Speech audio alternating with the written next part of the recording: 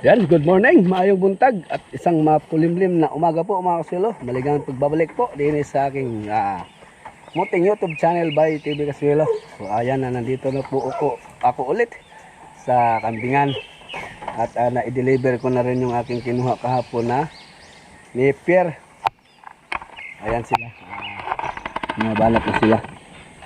Ayan, binabanata na. Iilan lang ang kumain. Si Buntis ayaw niya, hindi niya pinapansin. Siguro bago pa. Ay ganun talaga. So ayan, at least ngayon siguro ng araw, ayan yan ang aking gagawin dito. Mag ano na ako na lang magdahan-dahan dito. Lagayan ng sakate, yan katulad niyan, tinali ko lang. So ayan, kinain na nila. Yun, si Barako talaga ang malakas kumain, ang Napier. So meron din akong dalang pantanim. So itanim ko rin dito, gawi o kaya doon sa kabila. So yan, makulimlim po ang aming panahon din eh. So kahapon nga pala, ayan masayang masaya yung mga nakasama kahapon sa outing. Thank you na marami ulit kay Tita Nikki sa inyong pa-blow out. At napasaya namin yung mga kapitbahay, mga kaibigan ni Mother, mga kumari niya, at mga pinsan ko rin na nandun din, nagpuntahan din sila. Nagligo-ligo sila, at lalo na mga bata, tuwan-tuwa. Nagpadagat sila, tapos punta sa ilog, ayan. So nakisama din yung panahon kahapon, umaraw maghapon, pero pag uwian doon na naman ang ulan hanggang gabi. So ngayon, ayan, makulimlim na naman. So ngayong araw, ito yung aking buting tingin. Isalpak ko na lang yung sakate matapos ko ngayong araw. Ayan.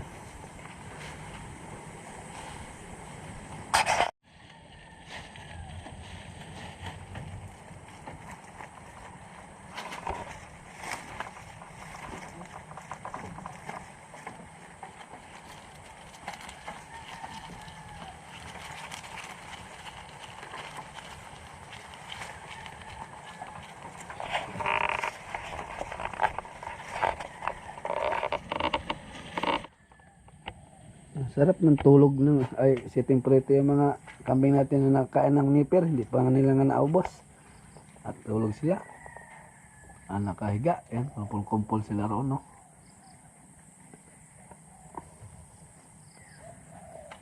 Hindi man nakaubos. So unti-untiin ko na itong dito ngayon. Magpako-pako na ako, magbuting-ting muna ako rin eh. Habang hindi na ulan, ayan, makulimlim pa rin. Hindi sila nababa, yung ating mga kambing hindi bumaba dahil putik ay medyo maano yung panahon, parang nagbabanta na umulan. So buting-ting muna ako rin eh. So gagawin ko na lang, pa halang, pa ganyan, pa incline ba, para salpakan ko ng ng sakate, hindi na ganyan, para hindi nila maapakan yan pagka ganyan lang hinihila nila eh. So, mas maganda palagyan ko ng bako din eh, pa ganyan, pati dito anuhan ko ng diretso, tapos rihas or grills, yung lulusot lang yung ulo, yan lang muna.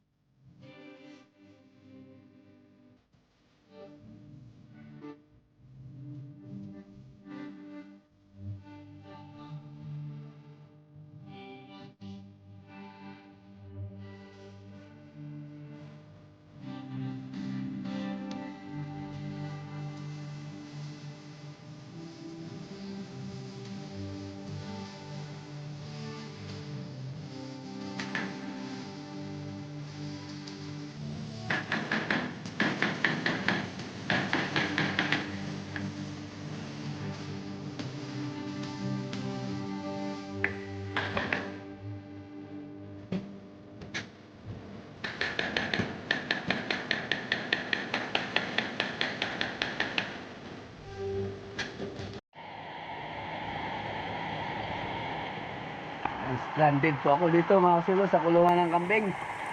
Dahil nabutan tayo ng ulan. Ulan mi. Umuulan na naman. Kukuha sana ako ng kahoy sa labas para ibalagbag ko dito. Wala, nabutan tayo ng ulan. Wala. Pinaaraw lang kahapon. Tapos na naman yung ulan. Adudoy. No choice. Kundi sumilong. Sumilong muna. Pati yung kambing ko ay papitik-pitik sila. Kakain tapos sitting pretty. Pag nakaramdam ng gutom, birada na naman. So ako na may meron akong dala rin ng buti nakapagdala ako. Magdala ako ng termo. Magkakape muna ako rin habang papakila ng ulan. Ay nakaw. Ulan.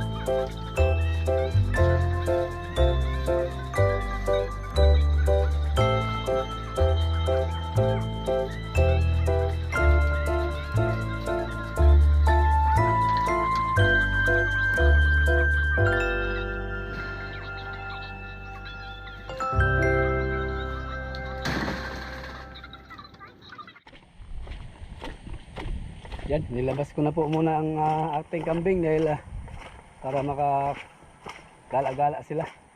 Wala na ring ulan at na unti-unti ko na rin na gawa yung lagayan ng sakati din eh. So kawayan na lang ang kulang. Yan, yun siya. Medyo sagwa pa tingnan kasi hindi ko pa naputol tong mga nakalawit. So ayan. Yan yung magiging Uy, umulan na naman. Ay, yan yung magiging itsura niya po mga kasilo. At didingdingan ko to dito sa labas. Tapos ito gagawin ko ng grills.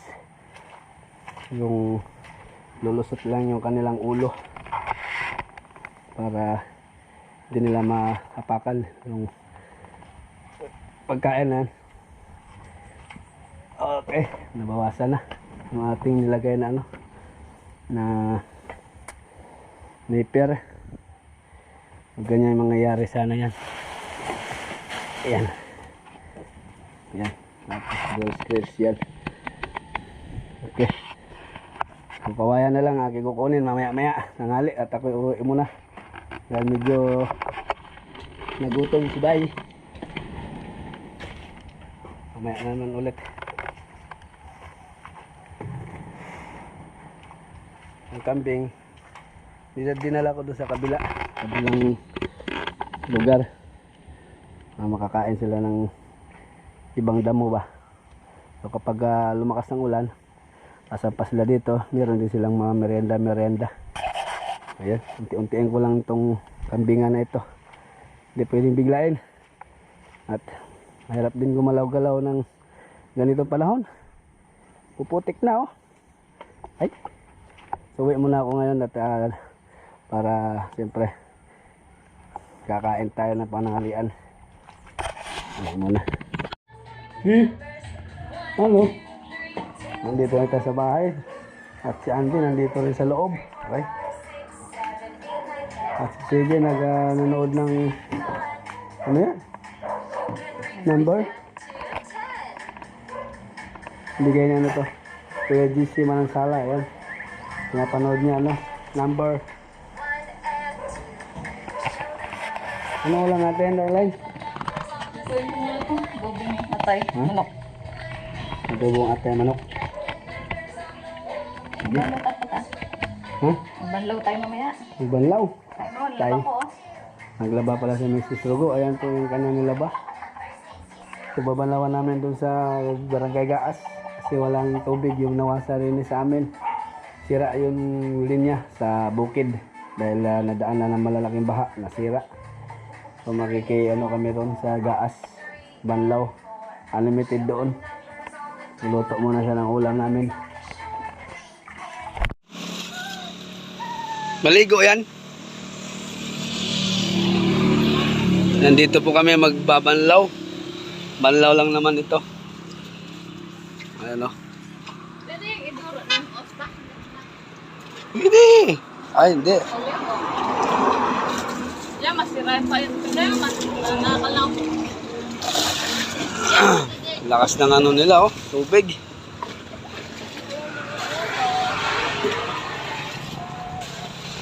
Grabe. Sana all.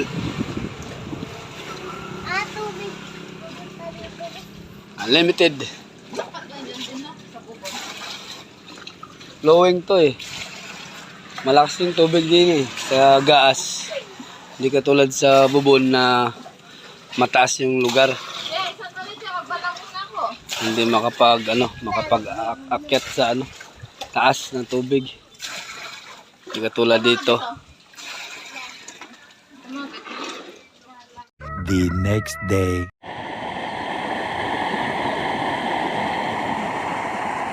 Grabe, ang bilis po, lumaki yung baha. Maragasa na lang po yung tubig. So, no? Kain ng kain. Habang hindi pa naakyat yung tubig.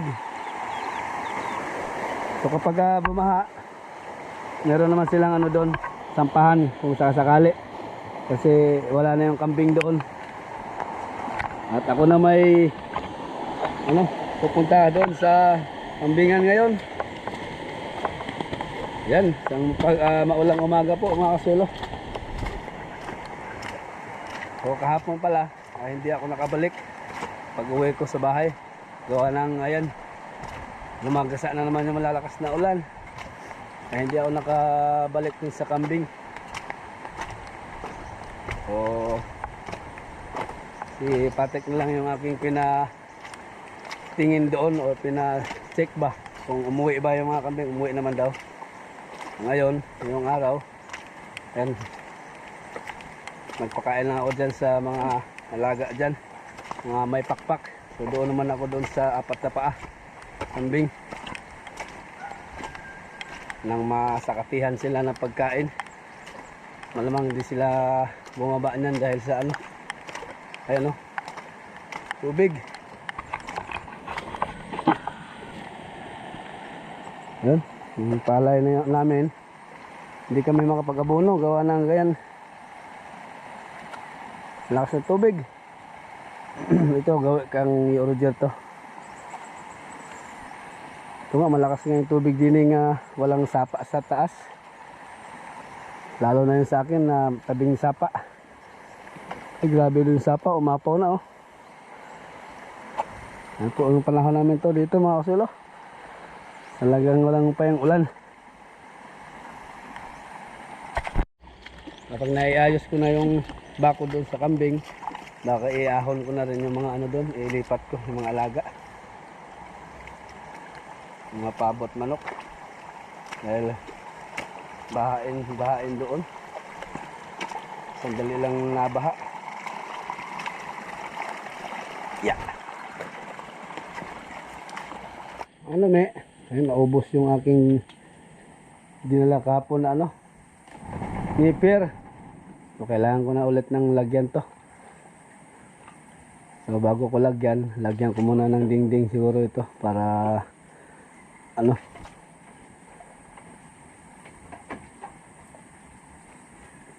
two, four, 1, 2, 4, 5, 8, 9, 10. Sakto. Walang labis, walang kulang. Hindi ko na ano kahapon gawa. Hindi ako nakabalik.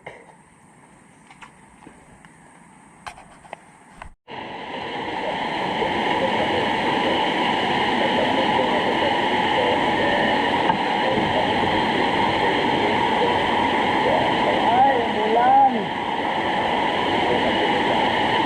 Kape mo na. Bulan.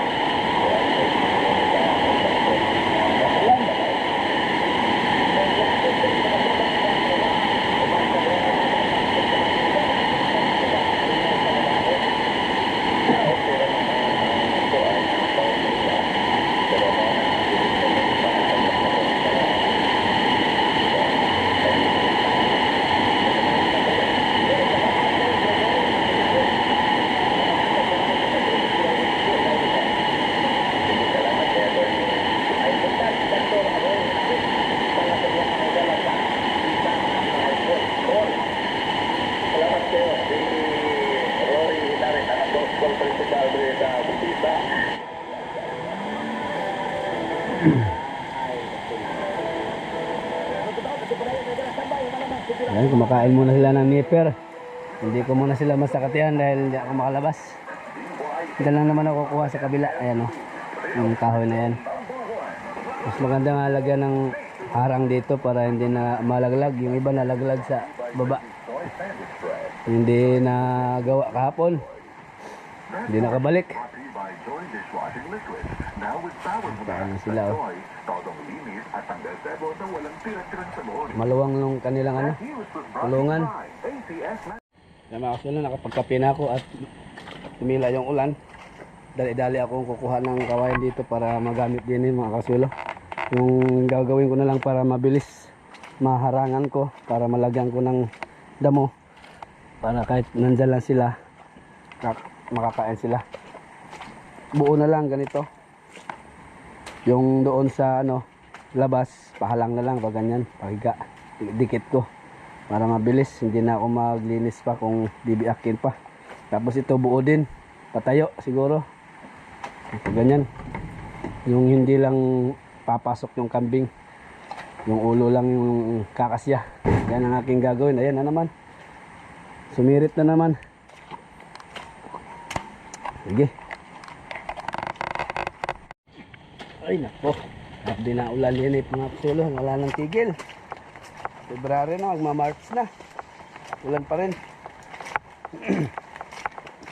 Nakuha ko ng kawayan muna, mamaya maya ay makaluwas ng bayan, ibili ko sila ng gamit, palanggana para sa feeds at sa tubig. Tapos yung isang drum dun sa kabila, dalhin ko rin. Okay, grabe yung ulan. Ayan.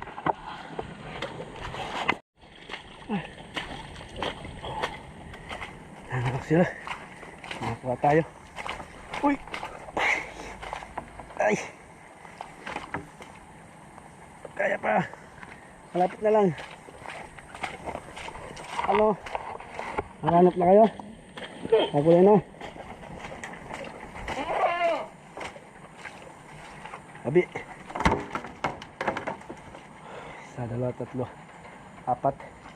Ano pa dalawa?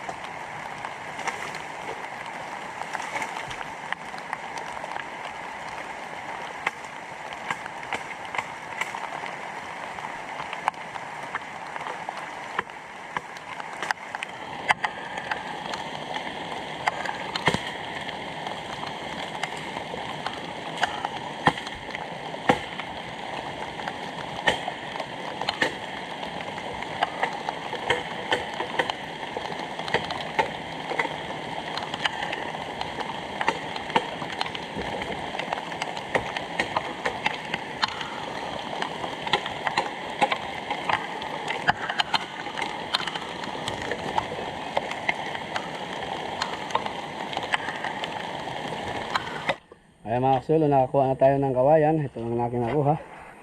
Naabutan din ako ng naabutan talaga ako ng ulan. So yung maliliit ito, yan ang aking ilagay sa harap. Yung malalaki dito sa likod. Paano na lang dito sa likod pa higa. So magbibihis muna ako dahil nabasa ako. Pagkatapos babanatan ko na nang malagyan ko na ng ng sakati tong o pagkain nila para hindi na malaglag ba. Ayan, nakabihis na tayo mga kasulo. Wala nang paligoy-ligoy pa. At tirahin ko na to. Makakatirahin pa ng iba. So solo flight ako dito ngayon. Ayan let's go.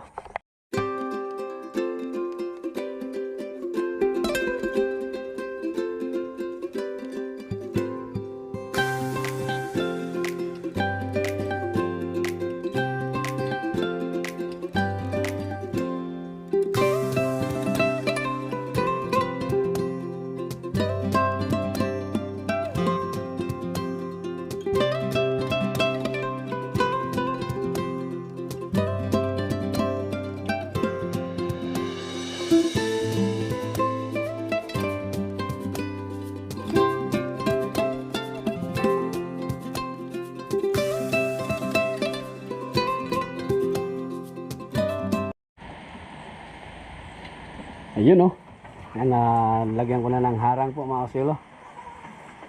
So ganyan na lang yung naisip ko para mabilis. Para lang may harang yung hindi lalabas yung damo kapag ilagay ko dyan. So yan. Sandali lang wait lang. Sandali lang to. At yung mga maliliit, yan ang aking harang-harang dyan para hindi sila napasok doon sa talagang damo. Para hindi nila maapakan at mataihan ba. Yan, habang ulan sa labas. So yun yung aking gagawin din sa loob ng bahay nila. Sige, para masalpakan ko na ng mga dahon dyan bago ako uwi. O kahit hindi sila nalabas, may makain sila. So ito kasi hindi nila maano dahil naaapakan nila. Yung talaga yung hindi naapakan. Sige.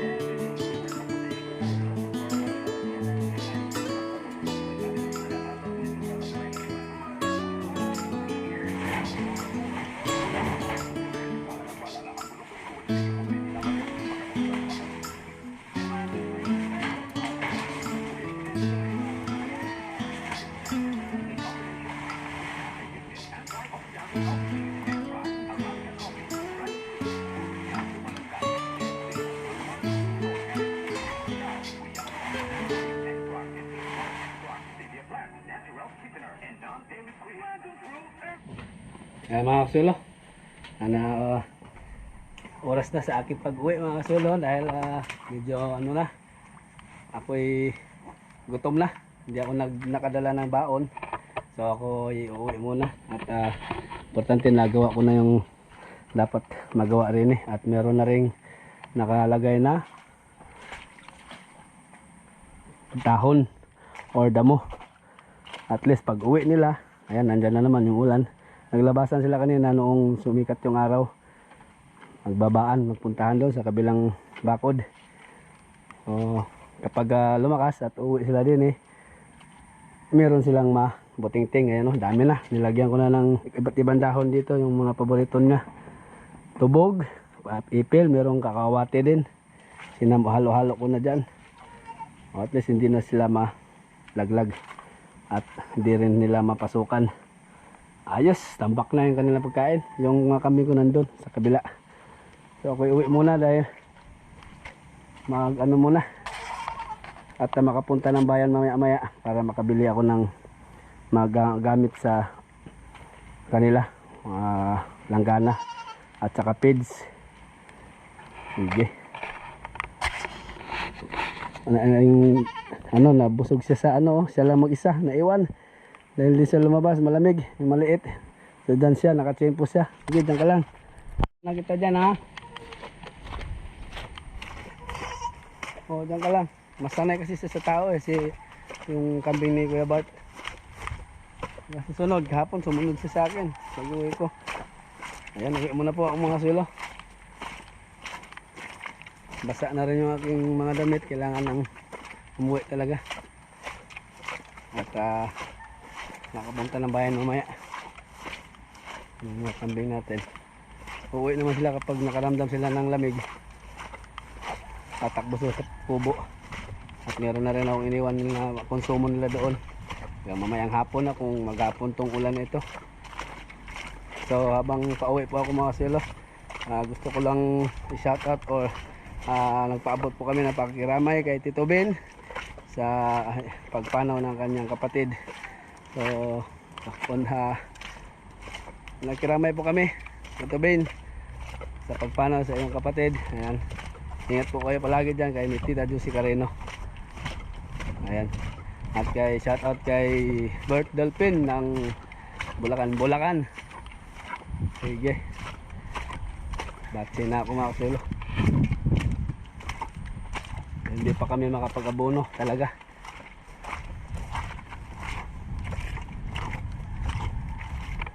Ay.